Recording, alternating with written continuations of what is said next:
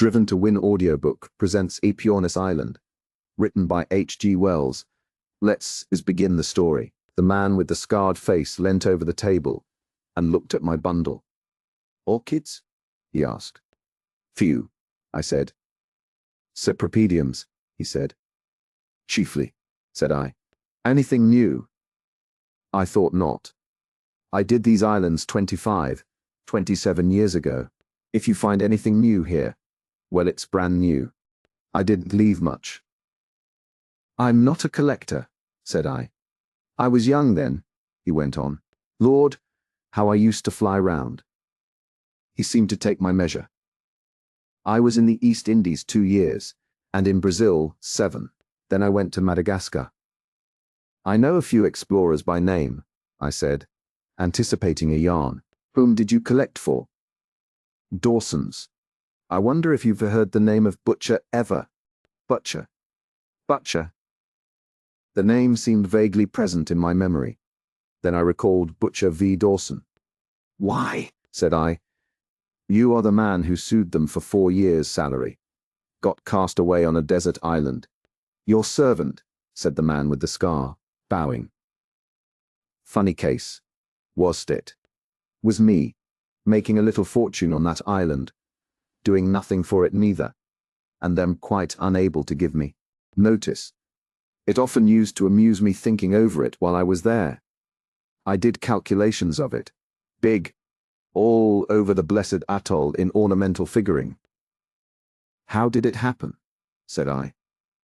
"I don't rightly remember the case." "Well, you've heard of the Aepyornis?" "Rather.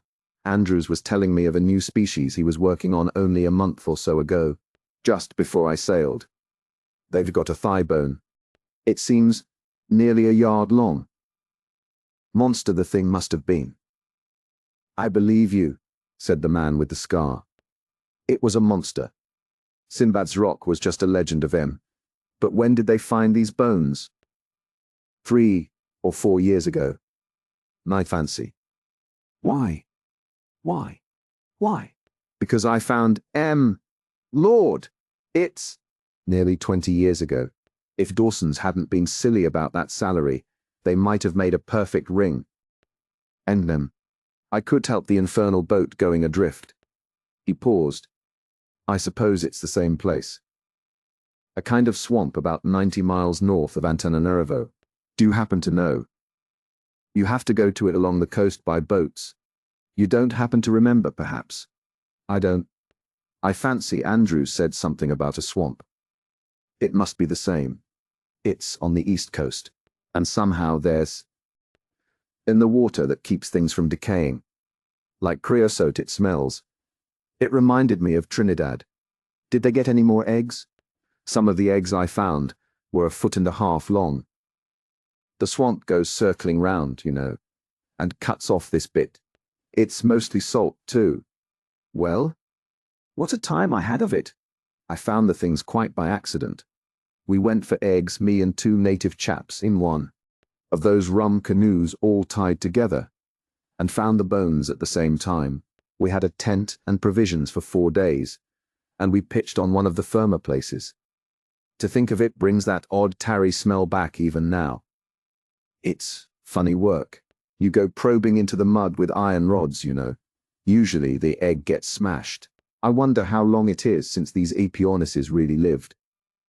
The missionaries say the natives have legends about when they were alive, but I never heard any such stories myself. But certainly those eggs we got were as fresh as if they had been new laid.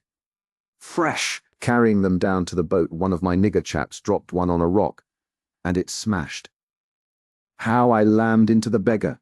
But sweet it was, as if it was new laid, not even smelly, and its mother dead.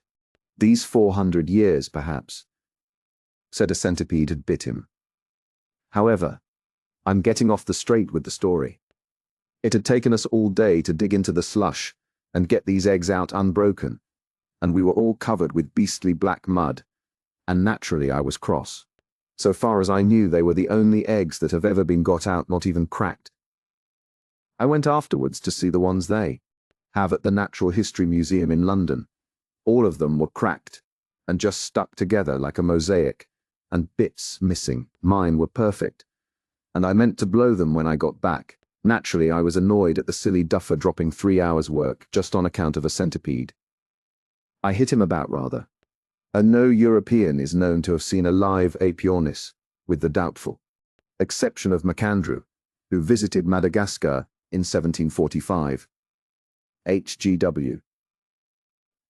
The man with the scar took out a clay pipe. I placed my pouch before him. He filled up absent-mindedly.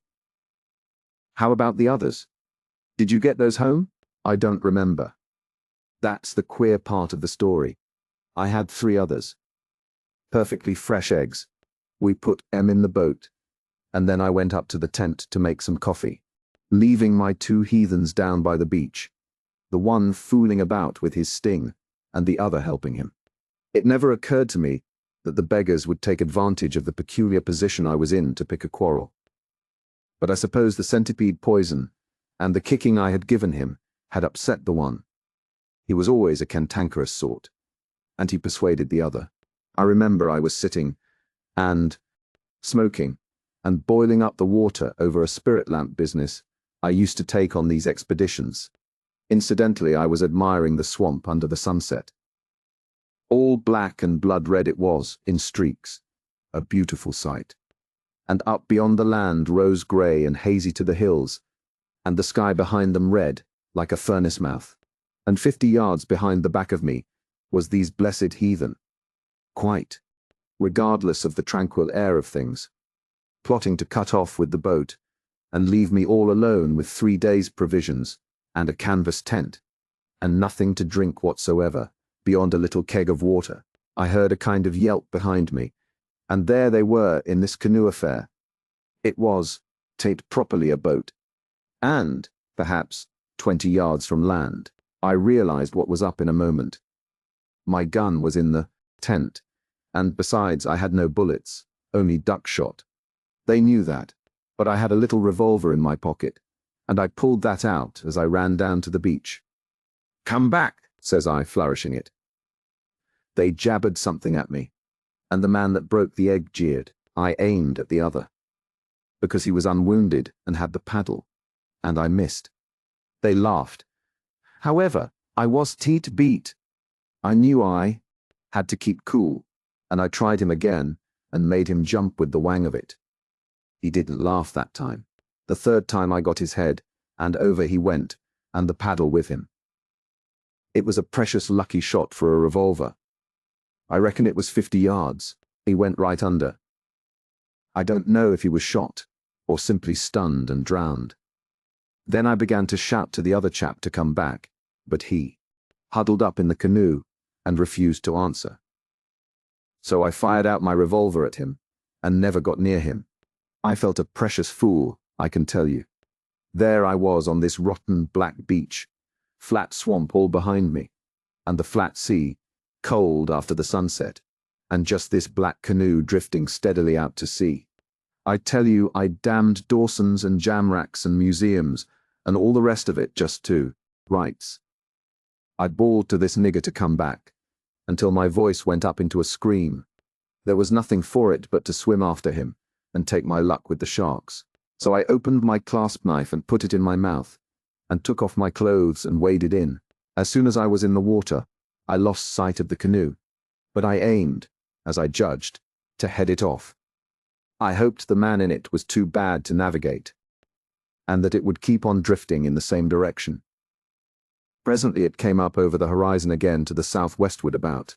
The afterglow of sunset was well over now, and the dim of night creeping up. The stars were coming through the blue. I swum like a champion, though my legs and arms were soon aching. However, I came up to him by the time the stars were fairly out. As it got darker, I began to see all manner of glowing things in the water. Phosphorescence, you know. At times it made me giddy. I hardly knew which was stars and which was phosphorescence, and whether I was swimming on my head or my heels. The canoe was as black as sin, and the ripple under the bows like liquid fire. I was naturally chary of clambering up into it. I was anxious to see what he was up to. He seemed to be lying cuddled up in a lump in the bows, and the stern was all out of water. The thing kept turning round slowly as it drifted, kind of waltzing. Don't you know, I went to the stern and pulled it down, expecting him to wake up. Then I began to clamber in with my knife in my hand, and ready for a rush, but he never stirred. So there I sat in the stern of the little canoe, drifting away over the calm phosphorescent sea, and with all the host of the stars above me, waiting for something to happen. After a long time I called him by name, but he never answered. I was too tired to take any risks by going along to him. So we sat there. I fancy I dozed once or twice. When the dawn came, I saw he was as dead as a doornail, and all puffed up and purple. My 3 eggs and the bones were lying in the middle of the canoe, and the keg of water, and some coffee and biscuits, wrapped in a Cape Argus by his feet, and a tin of methylated spirit underneath him. There was no paddle, nor, in fact, anything except the spirit tin that one could use as one, so I settled to drift until I was picked up. I held an inquest on him, brought in a verdict against some snake, scorpion, or centipede unknown, and sent him overboard. After that I had a drink of water and a few biscuits, and took a look round. I suppose a man low down, as I was don't see very far. Leastways, Madagascar was clean out of sight, and any trace of land at all. I saw a sail going southwestward. Looked like a schooner, but her hull never came up. Presently the sun got high in the sky, and began to beat down upon me. Lord, it pretty near made my brains boil. I tried dipping my head in the sea, but after a while my eye fell on the Cape Argus, and I lay down flat in the canoe and spread this over me. Wonderful things, these newspapers. I never read one through thoroughly before, but it's odd what you get up to when you're alone, as I was. I suppose I read that blessed old Cape Argus 20 times. The pitch in the canoe simply reeked with the heat and rose up into big blisters. I drifted 10 days, said the man with the scar. It's a little thing in the telling, isn't it? Every day was like the last, except in the morning, and the evening I never kept a lookout even. The blaze was so infernal. I did see a sail after the first 3 days, and those I saw took no notice of me. About the 6th night a ship went by scarcely half a mile away from me, with all its lights ablaze and its ports open, looking like a big firefly. There was music aboard. I stood up and shouted and screamed at it. The 2nd day I broached one of the Aepyornis eggs, scraped the shell away at the end bit by bit, and tried it, and I was glad to find it was good enough to eat. Bit flavory. Not bad, I mean, but with something of the taste of a duck's egg. There was a kind of circular patch, about 6 inches across, on one side of the yolk, and with streaks of blood and a white mark like a ladder in it that I thought queer, but I did not understand what this meant at the time. And I was inclined to be particular. The egg lasted me 3 days, with biscuits and a drink of water. I chewed coffee berries, too, invigorating stuff. The 2nd egg I opened about the 8th day, and it scared me. The man with the scar paused. He said, developing. I dare say you find it hard to believe. I did with the thing before me. There the egg had been, sunk in that cold black mud, perhaps 300 years. But there was no mistaking it. There was the, what is it, embryo, with its big head and curved, and its heart beating under its throat, and the yolk shriveled up, and great membranes spreading inside of the shell, and all over the yolk. Was I hatching out the eggs of the biggest of all extinct birds, in a little canoe in the midst of the Indian Ocean? If old Dawson had known that, it was worth 4 years' salary. What do you think? However, I had to eat that precious thing up, every bit of it, before I sighted the reef, and some of the mouthfuls were beastly unpleasant. I left the 3rd one alone. I held it up to the light, but the shell was too thick for me to get any notion of what might be happening inside. And though I fancied I heard blood pulsing, it might have been the rustle in my own ears, like what you listen to in a seashell. Then came the atoll. Came out of the sunrise, as it were, suddenly, close up to me. I drifted straight towards it until I was about half a mile from shore, not more, and then the current took a turn, and I had to paddle as hard as I could with my hands and bits of the Aepyornis shell to make the place. However, I got there. It was just a common atoll about 4 miles round, with a few trees growing and a spring in one place, and the lagoon full of parrotfish. I took the egg ashore and put it in a good place well above the tide lines and in the sun, to give it all the chance I could, and pulled the canoe up safe and loafed about prospecting. It's rum how dull an atoll is. As soon as I had found a spring, all the interest seemed to vanish. When I was a kid, I thought nothing could be finer or more adventurous than the Robinson Crusoe business. But that place was as monotonous as a book of sermons. I went round finding eatable things and generally thinking. But I tell you, I was bored to death before the first day was out. It shows my luck. The very day I landed, the weather changed. Thunderstorm went by to the north and flicked its wing over the island, and in the night there came a drencher and a howling wind slap over us.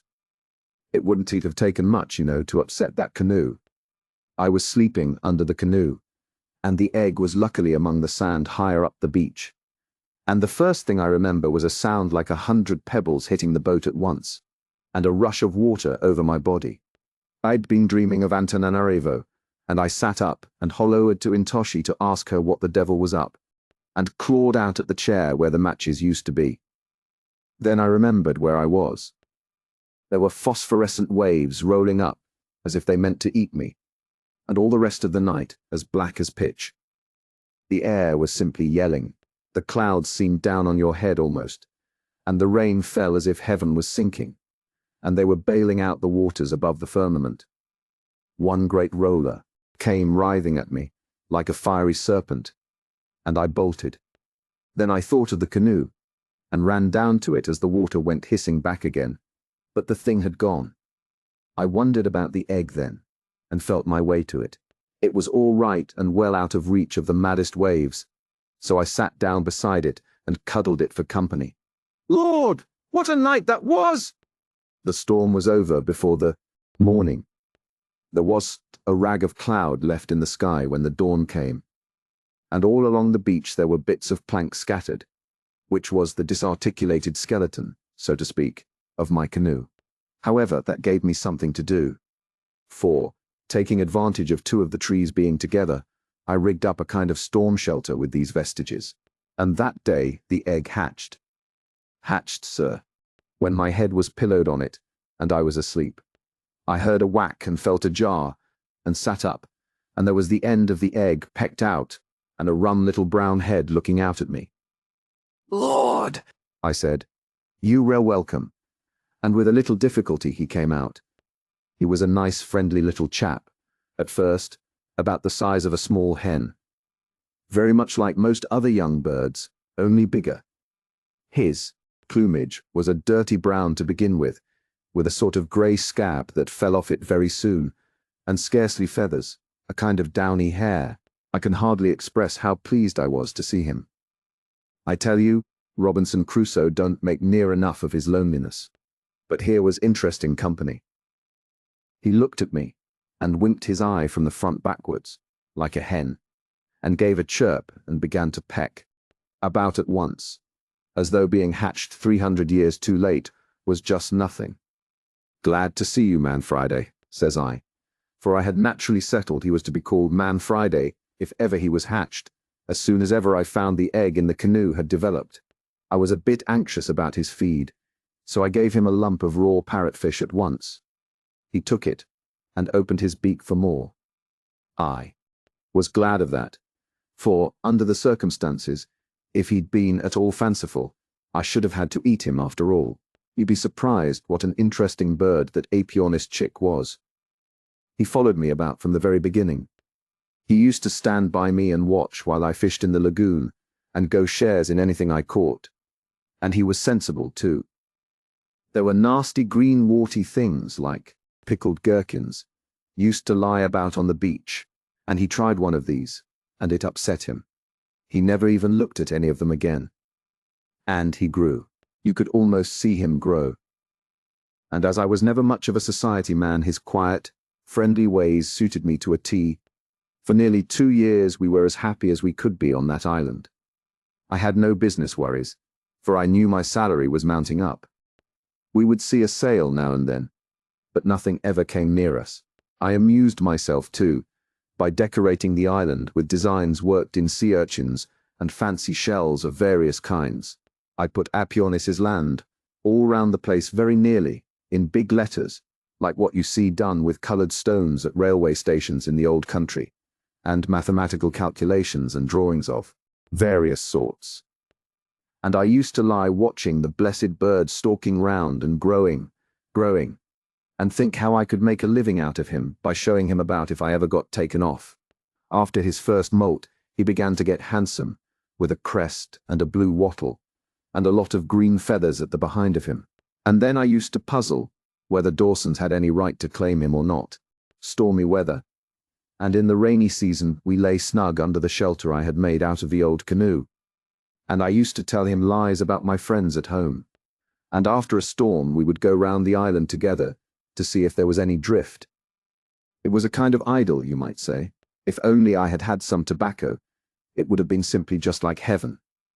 It was about the end of the 2nd year. Our little paradise went wrong. Friday was then about 14 feet high to the bill of him, with a big broad head like the end of a pickaxe, and 2 huge brown eyes with yellow rims, set together like a man's, not out of sight of each other like a hen's. His plumage was fine, none of the half-mourning style of your ostrich, more like a cassowary as far as colour and texture go. And then it was he began to cock his comb at me and give himself airs, and show signs of a nasty temper.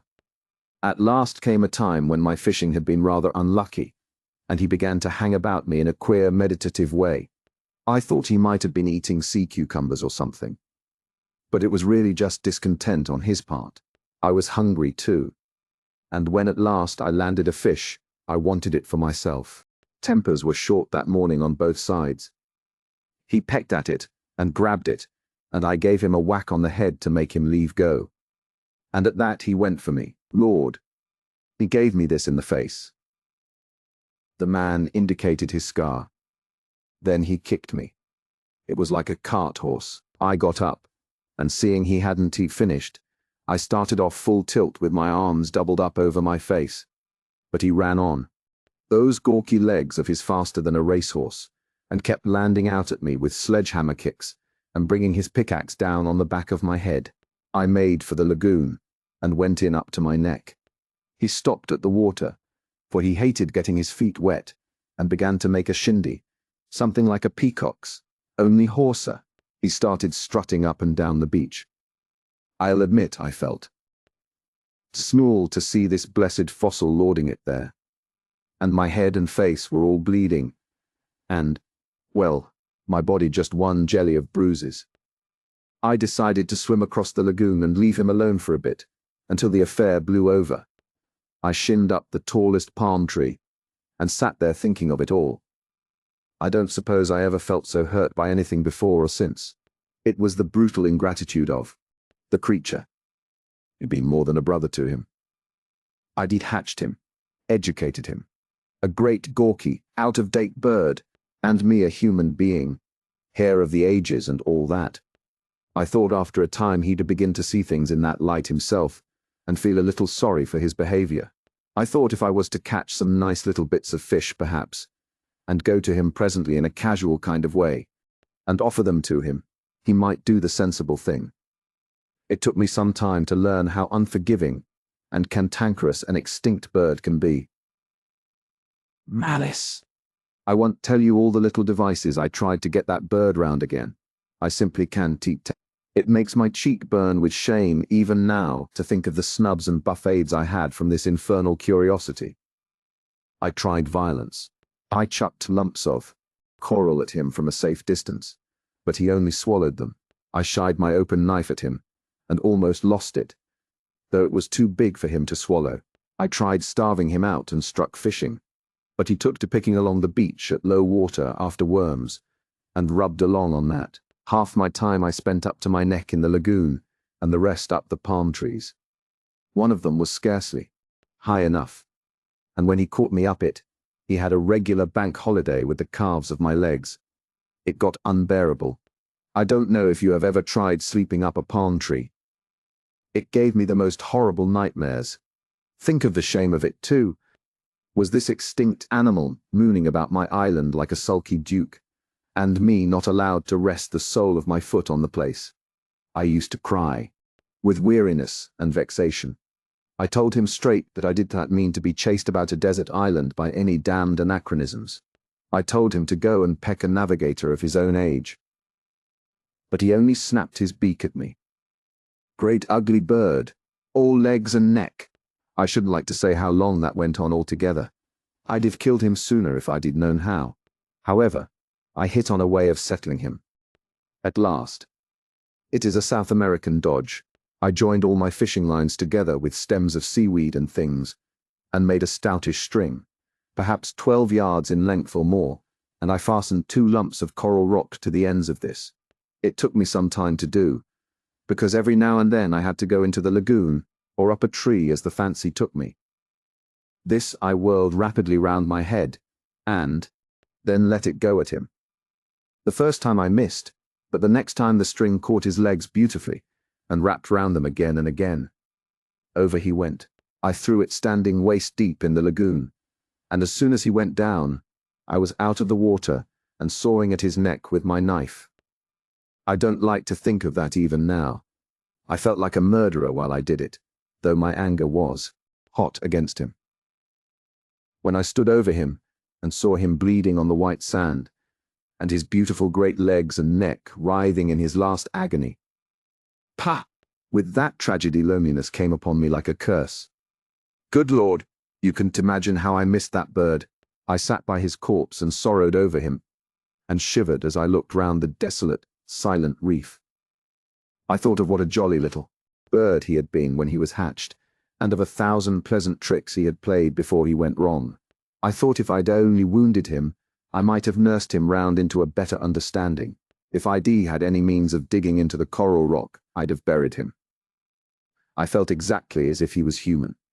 As it was, I could think of eating him, so I put him in the lagoon, and the little fishes picked him clean. I did even save the feathers.